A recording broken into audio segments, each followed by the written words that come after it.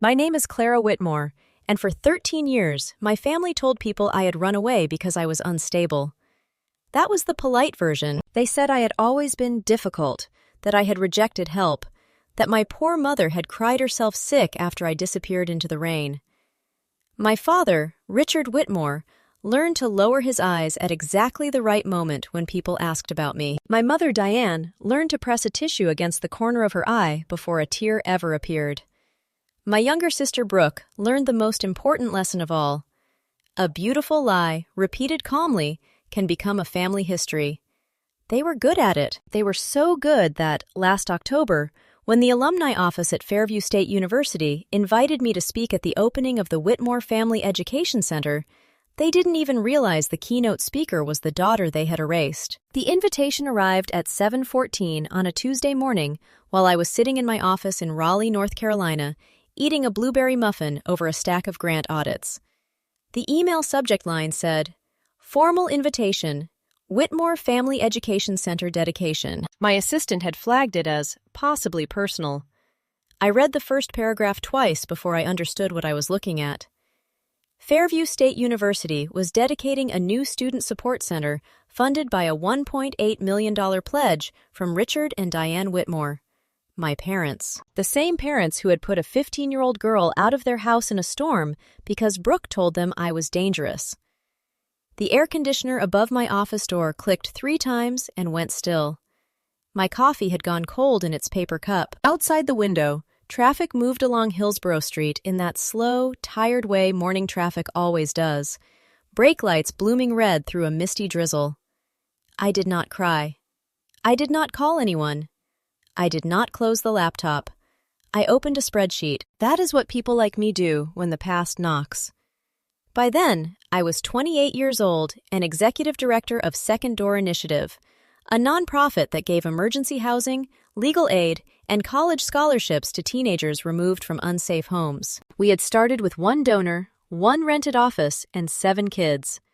By the morning that email arrived, we had helped 312 students across 4 states and administered $2,406,870 in scholarships. I knew how to read grant files, bank ledgers, custody reports, hospital invoices, state licensing forms, and tax returns. I knew the difference between an apology and a paper trail. There is always a paper trail.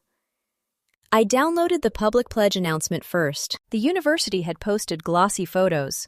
My father in a navy suit, my mother in pearls, Brooke in a cream cashmere coat, all 3 standing in front of a rendering of the future center. Under the photograph, the caption called them long-standing advocates for vulnerable youth. I stared at that phrase for a long time.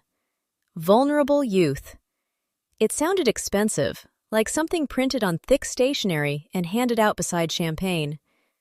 Then I noticed the name of the fund, the Brooke Whitmore Resilience Scholarship. I laughed once, very quietly. It was not a happy sound.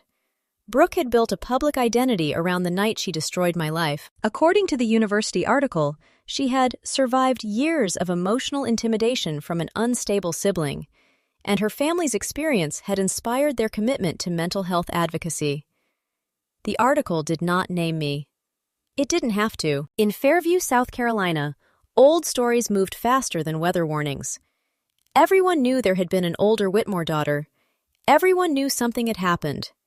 Nobody had ever asked me. 13 years earlier, I had been 15, wet to the bone, standing in the foyer of my parents' brick house, while thunder shook the windows hard enough to make the chandelier tremble.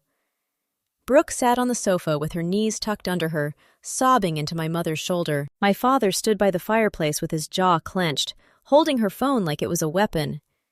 "Tell us the truth," he said. I told it. That was my mistake. Brooke had created screenshots from a fake account using my name and profile picture. She said I had spread rumors about her at school, called her a cheater, mocked her for liking a boy named Mason, and pushed her hard enough to bruise her arm. She showed them the purple mark like evidence in court.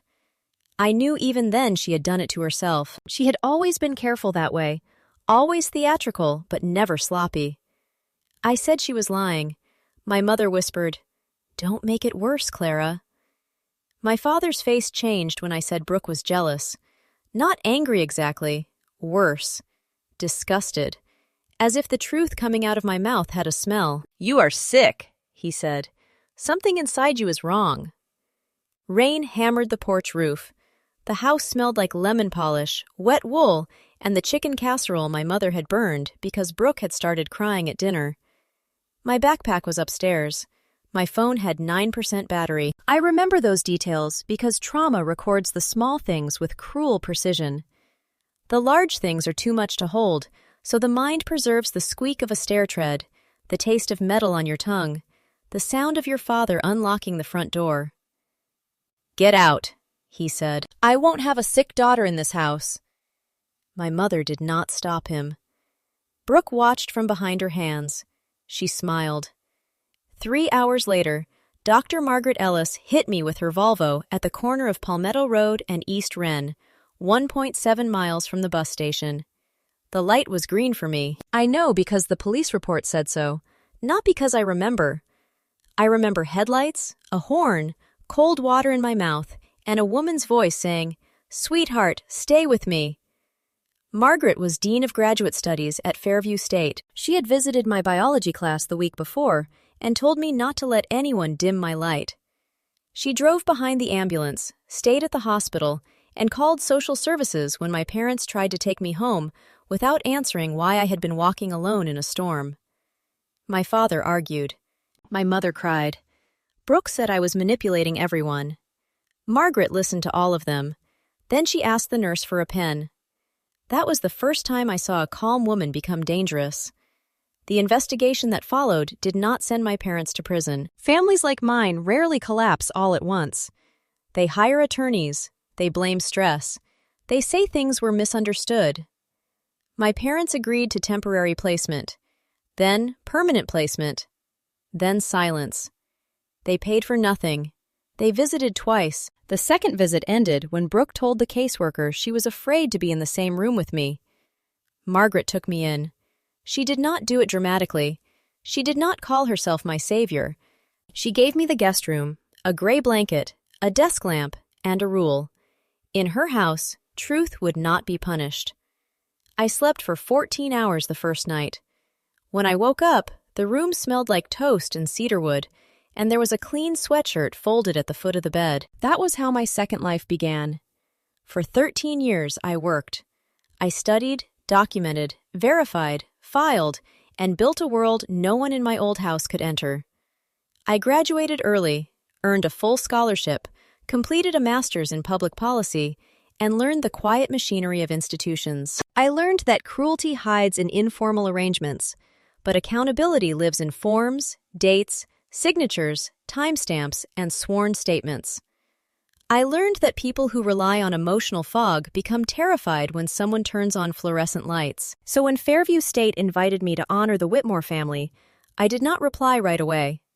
First, I audited the fog.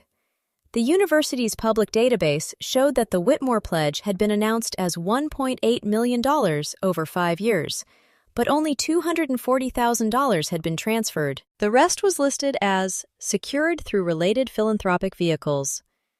That phrase was ugly. I had seen it before in nonprofit fraud cases. It usually meant money had been promised twice, counted 3 times, and moved through an entity with a patriotic name. In this case, the entity was Brooks Foundation, Resilient Futures America. I pulled its IRS Form 990 filings. The first year looked clean enough. $420,000 in donations, $61,000 in program services, $118,000 in administrative expenses, and the rest supposedly restricted for scholarships. The second year was worse. The foundation reported $706,000 in donations and only $38,500 in scholarships. Brooks' consulting fee was $96,000. My mother received $42,000 as event coordinator. My father's real estate company charged $87,400 for facility planning services, even though the center had not been built. I sat back in my chair. There it was. The smell in my office changed as the coffee cooled. Burnt paper, old carpet, rain through the cracked window. My assistant, Jenna, knocked once and leaned in. "You okay?" "Yes," I said. That was not the whole truth, but it was enough. Over the next 17 days, I built what Margaret always called a red binder. Not metaphorically. I bought a 3-inch red D-ring binder from an office supply store in Cary, labeled the spine Whitmore, Resilient Futures, source file, and began filling it with copies. Public tax filings, donor brochures, state corporate registrations, university pledge language, archived web pages, screenshots with timestamps, vendor invoices from Brooks Gala at the Magnolia Club, the invoice for $18,600 in floral installations, the $11,240 champagne bill coded as Youth Outreach Hospitality, the $9,875 photographer fee for a scholarship campaign featuring Brooke in soft lighting beside children whose names were not listed anywhere in the program files. Then came the identity theft. It was small at first, almost invisible. A scholarship application in my name from 12 years earlier. I found it in an old university archive by accident while searching for Brooks Foundation documents. It listed me as a former participant in a family reunification counseling program sponsored by my parents. The signature at the bottom was supposed to be mine. It was not. The application had been used to secure a $25,000 youth recovery grant from a federal pass-through fund in 2014. My name, my childhood records, my fabricated consent, my fabricated diagnosis. My parents had not only abandoned me, they had turned my abandonment into funding. I remember standing in the copy room with the paper shaking in my hand while the machine hummed and spat out duplicate pages. The toner smelled sharp and chemical. Somewhere down the hall, Jenna was laughing at something on the phone. Life kept moving with offensive normalcy. I placed the forged application into the red binder behind a tab labeled Federal. Then I called Margaret. She answered on the second ring. "Clara?" "I found something." "How bad?" "Federal grant bad." The silence on her end lasted 4 seconds. Margaret never wasted silence. "Make 3 copies," she said. "One for your attorney, one for the inspector general, and one for the room where they think they're safe." I loved her for that. My attorney, Naomi Price, did not smile when she read the documents. Naomi had silver hair, tortoiseshell glasses, and the kind of stillness that made nervous people confess things just to fill the air. Her office smelled like black tea and beeswax. She turned each page with a ruler aligned to the bottom margin, as if disorder offended her personally. "This is fraud," she said. "Yes." "This is also defamation if they used your alleged instability to raise money."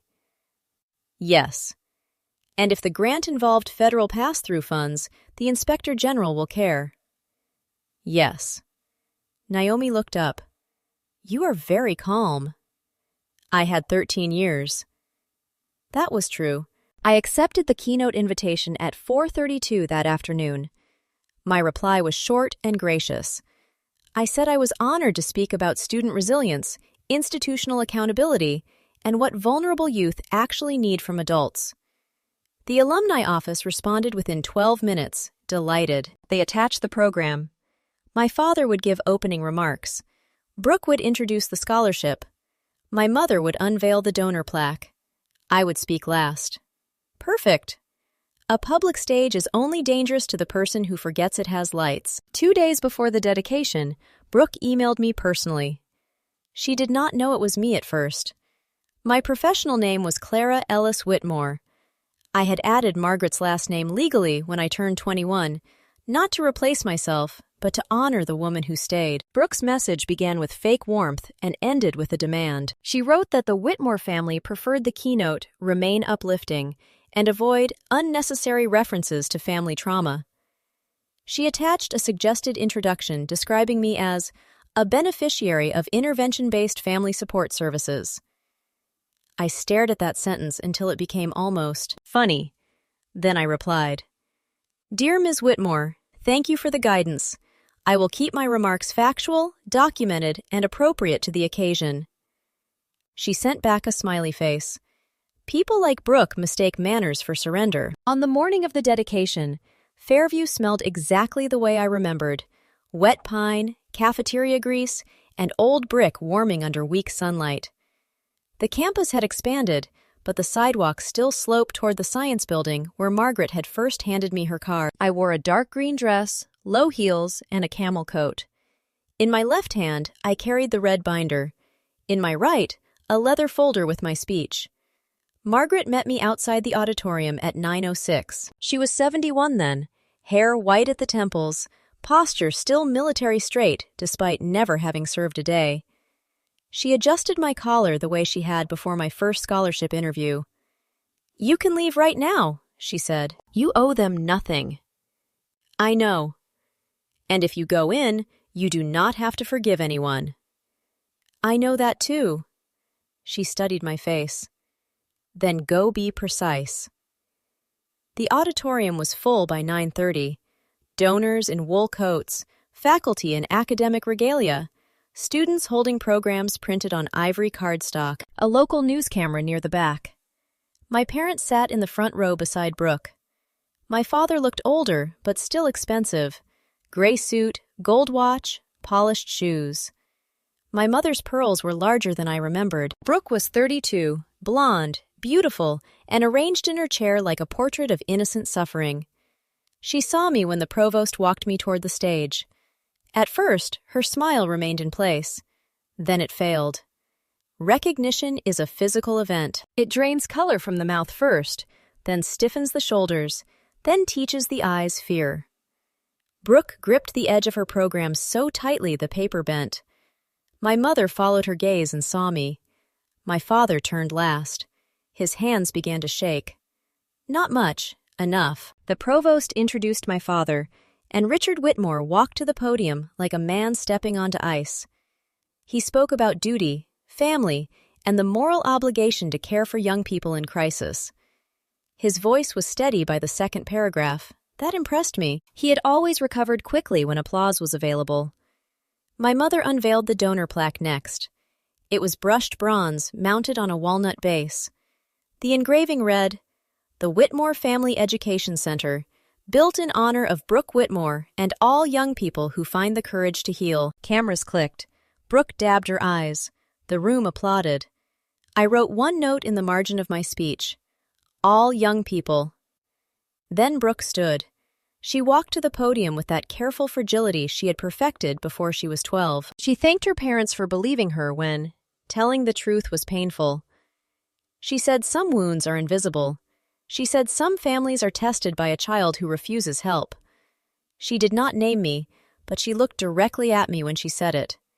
That was her final mistake, because the university president, the provost, 3 trustees, 2 reporters, and 417 guests were now witnesses. When they called my name, the applause was polite. Confused, but polite. I placed my speech on the podium. I set the red binder beside it.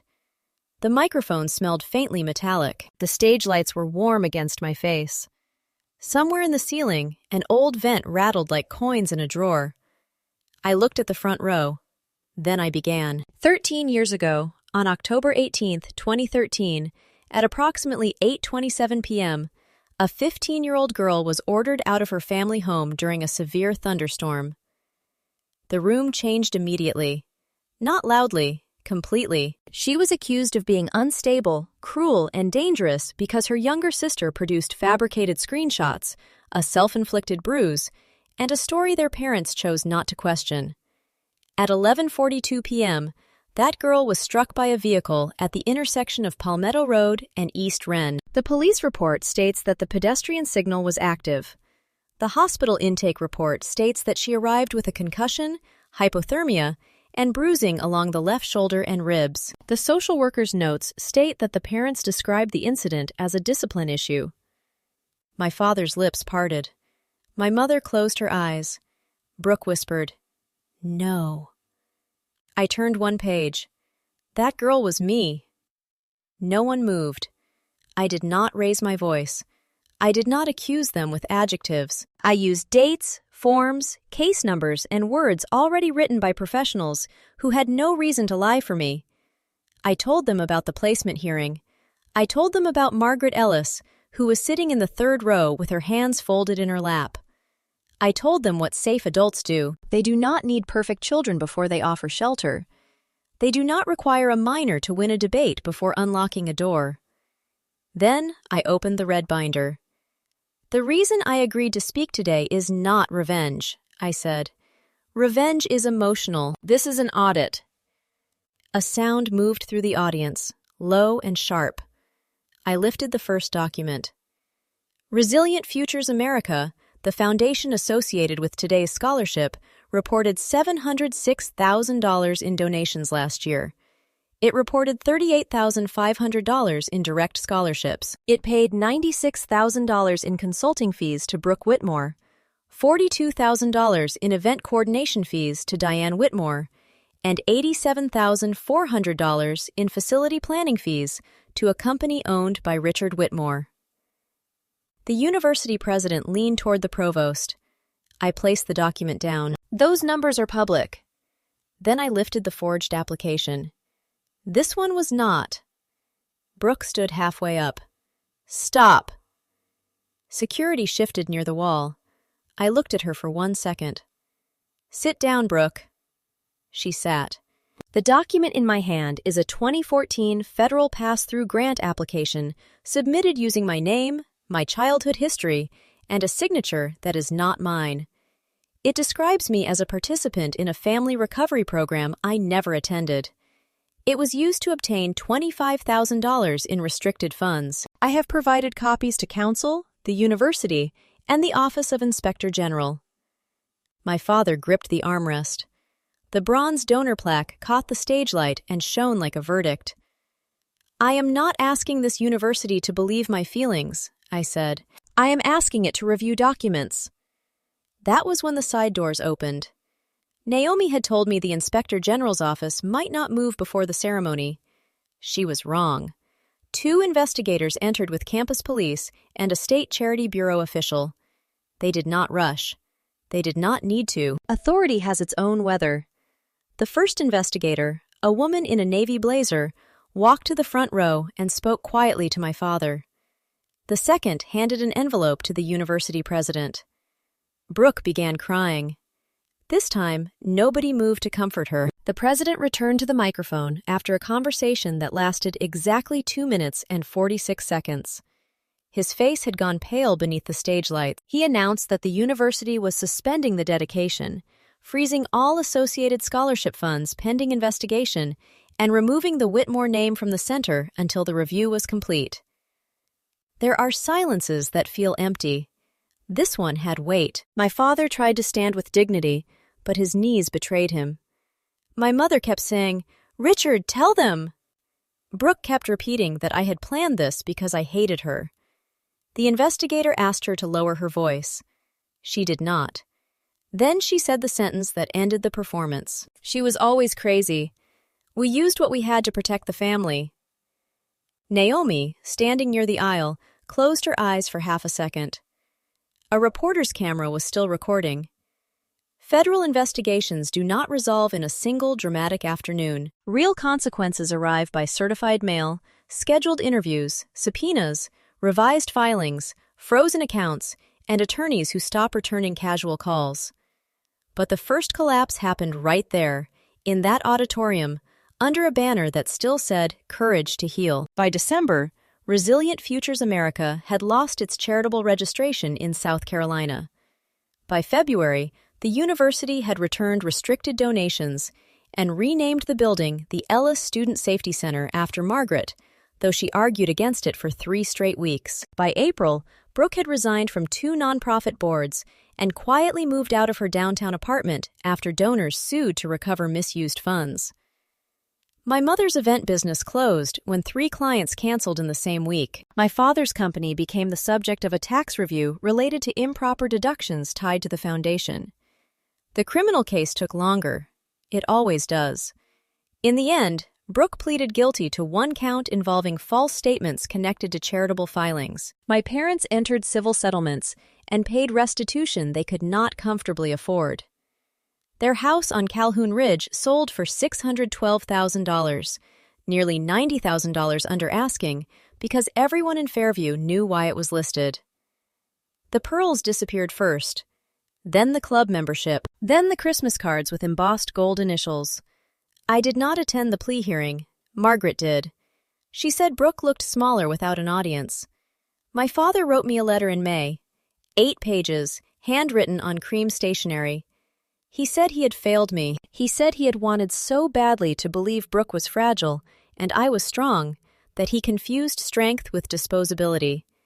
He said he now understood that throwing me into the storm was not discipline.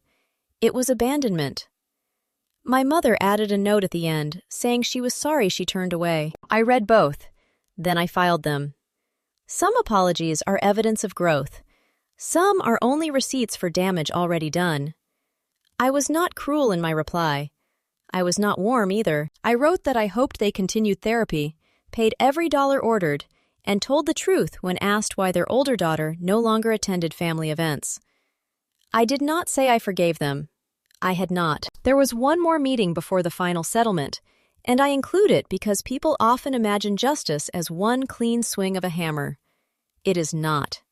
Justice is a conference room at 8:15 in the morning with bad coffee, beige carpet, and a printer that jams every time someone needs a copy. Justice is your former father sitting across a table from you while his attorney whispers into his ear, and your own attorney places a clean legal pad in front of you like a shield. Justice is realizing that the person who once controlled the thermostat, the dinner table, the holidays, and your right to come home is now afraid of a woman billing in 6-minute increments.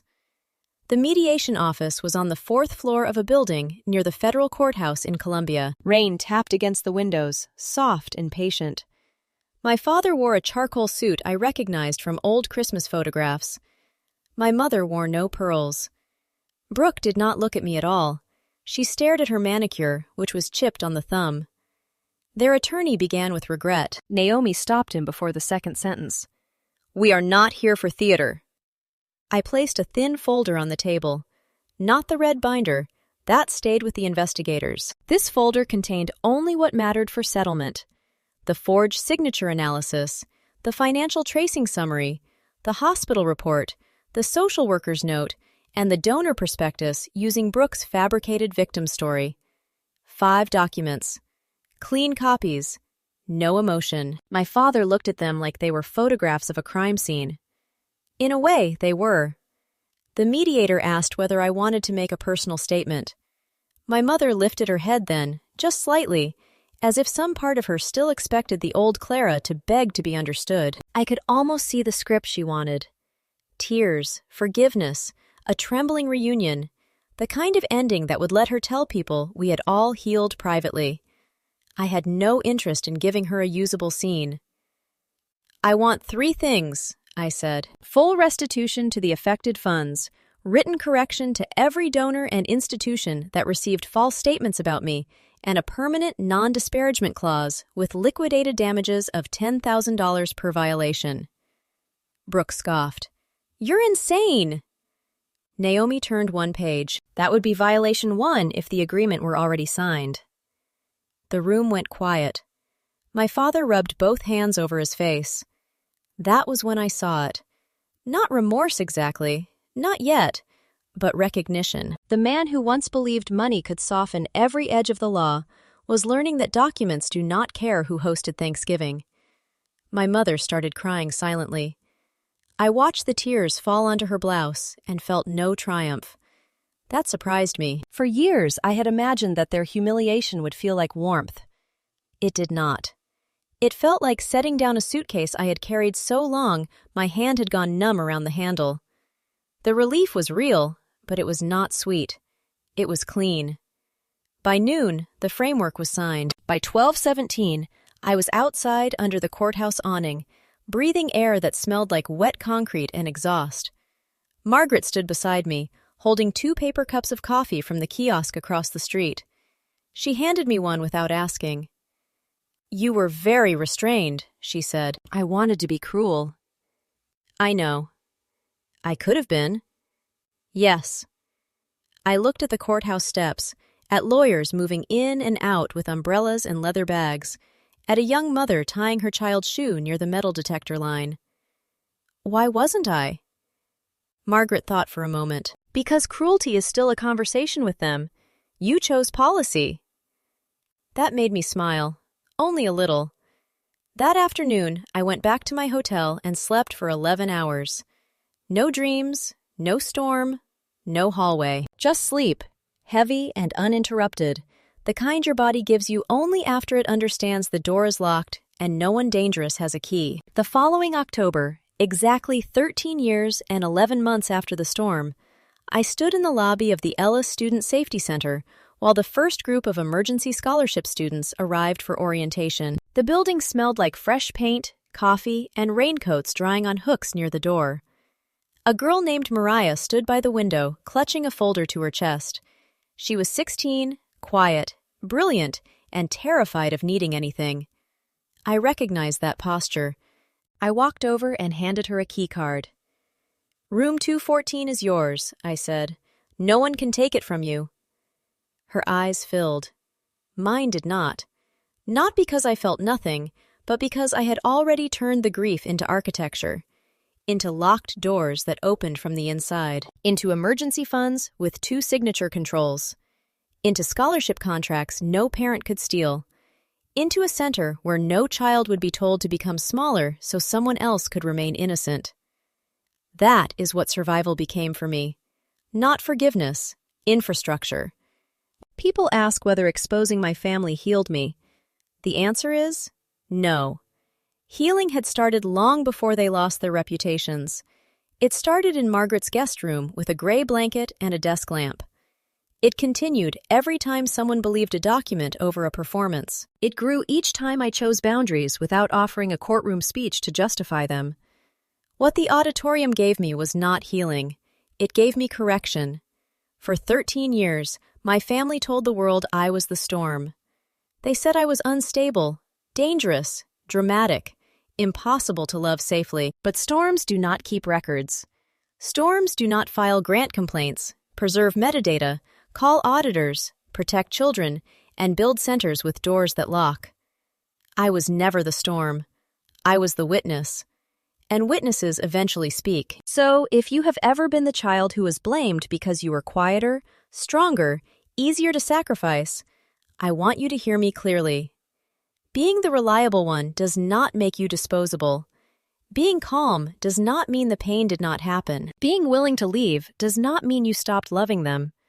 Sometimes it means you finally started loving yourself with the seriousness everyone else demanded from you but never returned. Blood does not create family.